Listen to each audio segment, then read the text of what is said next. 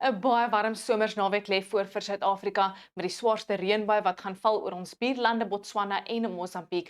Na die hitte sal 'n paar storms opsteek in die noordooste, maar sonnig droog en ongelooflik warm oor die sentrale en westelike gebiede. So kom ons kyk hoe warm gaan dit word.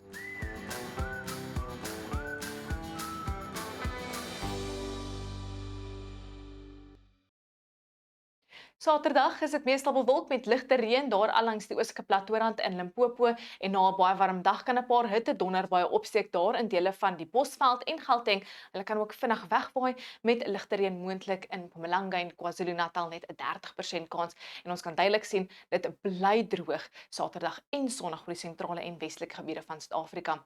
Sondag laatmiddag kan 'n paar hitte-donderbuie ook opsteek plek in dele van Noordwes, sluitend Gauteng, Mpumalanga, KwaZulu-Natal asook 'n dele van die Oos-Kaap met 'n paar ligte reënbuie langs die oostelike platteaurand.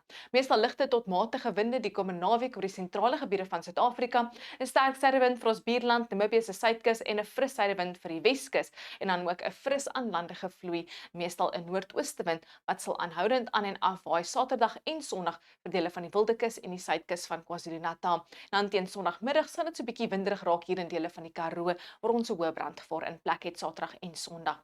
'n Gemaklike begin aan jou naweek vir Suid-Afrika en dan gaan dit vinnig warm tot baie warm raak die middag met temperature soos jy kan sien rondom 30 grade en middel tot hoë 20s vir die kusgebiede.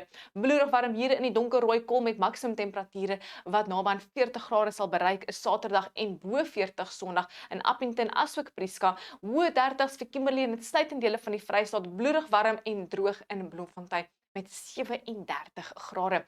Dan teen Maandag gaan dit weer bloedig warm wees hier oor die westelike binneland, asook die Vrystaat en nou dele van die Oos-Kaap met maksimum temperature in die hoë 30s en 40 in Graafrenet. Daarom teen die middag lyk dit of daar 'n paar hitte donderbuie kan opsteek in hierdie gebied.